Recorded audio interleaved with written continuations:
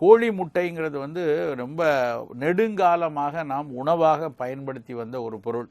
இன்றைக்கு நவீன அறிவியல் மிக உசத்தியாக கொண்டாடக்கூடிய ஒரு உணவுப் பொருள்னு கூட கோழி முட்டையை சொல்லலாம். முட்டை உண்மையிலேயே நல்லதா கெட்டதா, சாப்பிடலாமா, அவசியமா அவசியம் இல்லையா, இப்படிங்கிற சர்ச்சை மிக அதிகமாக உலகெங்கும் உண்டு.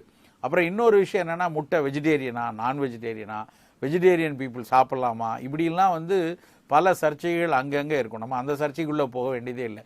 உண்மையிலேயே முட்டை வந்து எந்த அளவுக்கு மருத்துவ குணம் இருக்குது, யார் எடுத்துக்கொள்ளணும், எப்படி எடுத்துக்கொள்ளணுங்கிற விஷயம் நமக்கு இன்றைக்கு நம்ம அதை பார்க்கலாம்.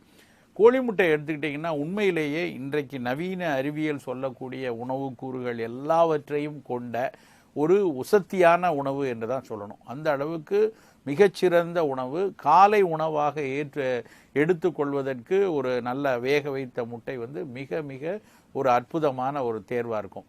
இன்னும் கூட சொல்ல போனால் முட்டை வந்து ஒரு கேப்சுலேட்டட் விட்டமின் டானிக் அப்படின்னு சொல்லலாம். ஒரு சின்ன சைஸில் ரொம்ப மாத்திரையாக நம்ம பார்க்குறோம் விட்டமின் மாத்திரை, இது கொஞ்சம் பெரிய சைஸான விட்டமின் மாத்திரைன்னு கூட சொல்லலாம். அந்த அளவுக்கு நிறைய விட்டமின்களையும் புரதச்சத்துக்களையும் கொழுப்பு சத்தையும் சேர்த்து கொண்டிருக்கிற ஒரு பொருள் வந்து கோழி முட்டை. உதாரணமாக எடுத்திங்கன்னா முட்டையில் வந்து உடனடியாக நமக்கு கிடைக்கக்கூடிய ஒரு விஷயம் முட்டையின் வெள்ளைக்கருவில் இருக்கக்கூடிய அதனுடைய புரதச்சத்துக்கள். பல்வேறு புரதச்சத்துக்கள் முட்டையினுடைய வெள்ளைக்கருவில் இருக்குது. ரொம்ப குறிப்பாக இன்றைக்கு நவீன அறிவியல் மிக குறிப்பிட்டு சொல்கிறது என்ன அப்படின்னா வந்து முட்டையில் இருக்கக்கூடிய கோலின் ஒரு சத்து. அந்த கோலின்கிற சத்து வந்து முட்டையில் மிக அதிகமாக இருக்குது. பல தாவர பொருட்களில் ஓரளவுக்கு குறைவாகத்தான் இருக்குது.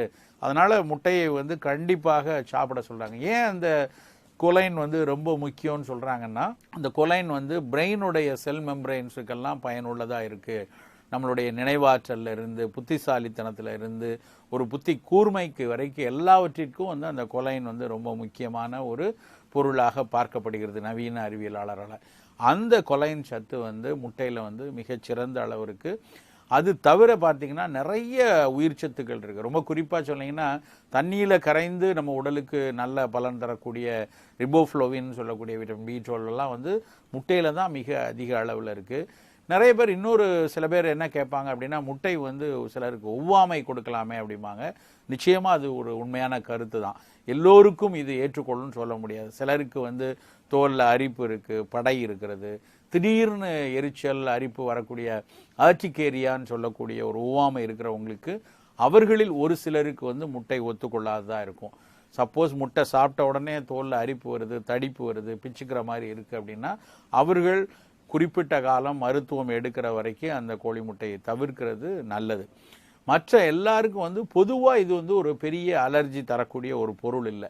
ஒத்துக்கொள்ளாமல் இது வந்து அவர்களுக்கு அந்த பர்டிகுலர் புரதம் அந்த முட்டையில் பொதிந்திருக்கக்கூடிய புரத கலவை சில நபர்களுக்கு ஒத்துக்கொள்ளாமல் இருக்கலாம். அவர்கள் இந்த முட்டையை தவிர்க்கலாமே தவிர பொதுப்படையாக எல்லாருக்கும் அது அலர்ஜி தரக்கூடிய பொருள்னு நம்ம பார்க்க வேண்டியதில்லை.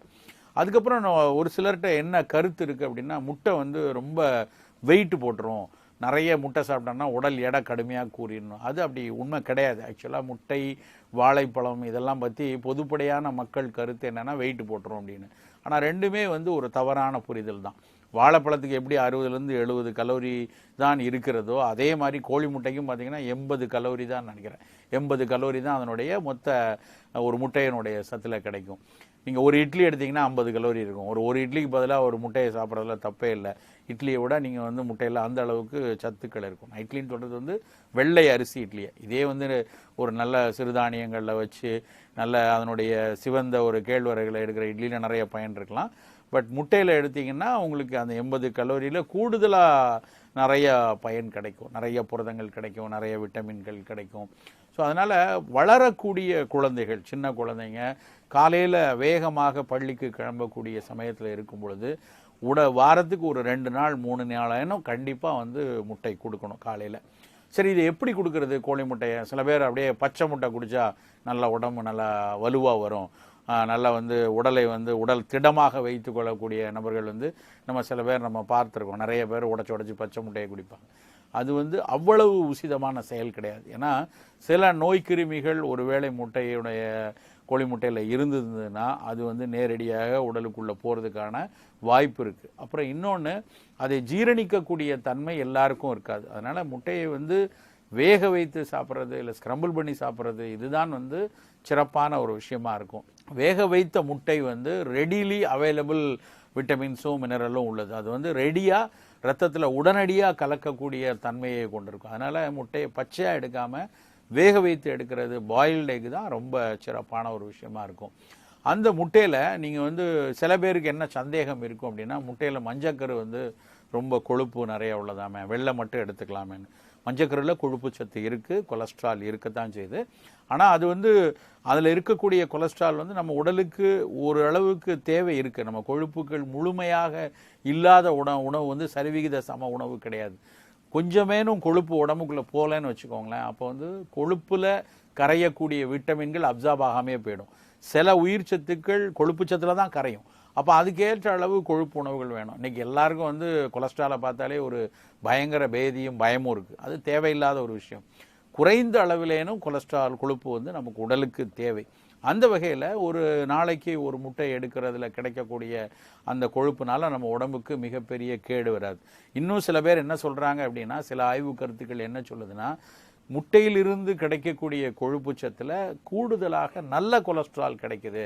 இது வந்து கெட்ட கொலஸ்ட்ராலை உயர்த்துறது இல்லை. அதனால் ஒரு அன்றாடம் வாரத்துக்கு ஒரு 3 நாள் 4 நாள் முட்டை எடுத்துக்கொள்றதுனால பெரிய தீங்கு கிடையாது அப்படின்னு சொல்லி சில அறிவியலாளர்கள்லாம் சொல்கிறாங்க. அதனால் குழந்தைகளுக்கு கண்டிப்பாக நம்ம ஒரு பாயில்டு எக்கு தொடர்ச்சியாக கொடுத்துட்டே வரணும். இன்னொரு இதில் ஒரு நல்ல விஷயம் என்ன அப்படின்னு பார்த்தீங்கன்னா, எக்கில் வந்து இரும்பு சத்தும் உண்டு. இந்த இரும்பு சத்து வந்து நார்மலாக நம்ம ஒரு இரும்பு சத்து மாத்திரைகள் எடுத்தோம்னா அது உடலில் அப்சார்ப் பண்ணுறதை விட முட்டையிலிருந்து வரக்கூடிய இரும்பு சத்து வேகமாக நம்ம உடம்புல உட்கிரகிக்கப்படுது அப்படின்னு சொல்லி கண்டுபிடிச்சிருக்காங்க.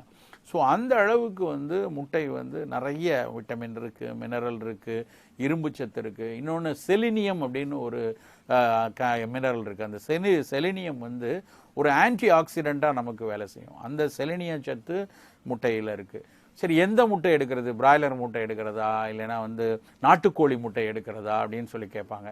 நாட்டுக்கோழி முட்டை தான் சிறப்பான விஷயம். பிராய்லர் கோழி எந்த அளவிலும் நம்ம ஏற்றுக்கொள்ள முடியாது. அதில் நிறைய அந்த கோழியை வளர்ப்பதற்கும் சரி, அந்த கோழியாக வளர்க்கக்கூடிய பிராய்லர் கோழிகளும் சரி, முட்டைக்காகவே வளர்க்கக்கூடிய அந்த பிராய்லர் முட்டைகளும் நிச்சயமாக ஒரு நாட்டுக்கோழி முட்டைக்கு இணையாக இருக்காது.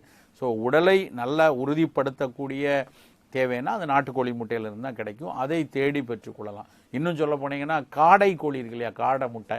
காடை முட்டை வந்து நாட்டுக்கோழி முட்டையை விட மிகச்சிறந்த சத்து உண்டு. கிட்டத்தட்ட 6 மடங்கு கோழி முட்டையை விட சத்து இருக்குன்னு சொல்லியிருக்காங்க. நம்ம ஊரில் தான் காடை வந்து மிகப்பெரிய பிரபலம் கிடையாது. பல வெளிநாடுகளில், ஜப்பான்லையும் சரி, ஸ்பானிஷ் கண்ட்ரிலையும் சரி, குயில் அப்படிம்பாங்க. அந்த குயில் முட்டைகள் வந்து மிக மிக பிரபலமான ஒரு உணவு. உடலுக்கு அவ்வளவு உறுதி தரக்கூடிய முட்டை வந்து காடை முட்டை. இதனோட ரொம்ப சின்ன சைஸில் இருக்கும். இருந்தாலும் அது வந்து மிகச்சிறந்த பலன் தரக்கூடியது.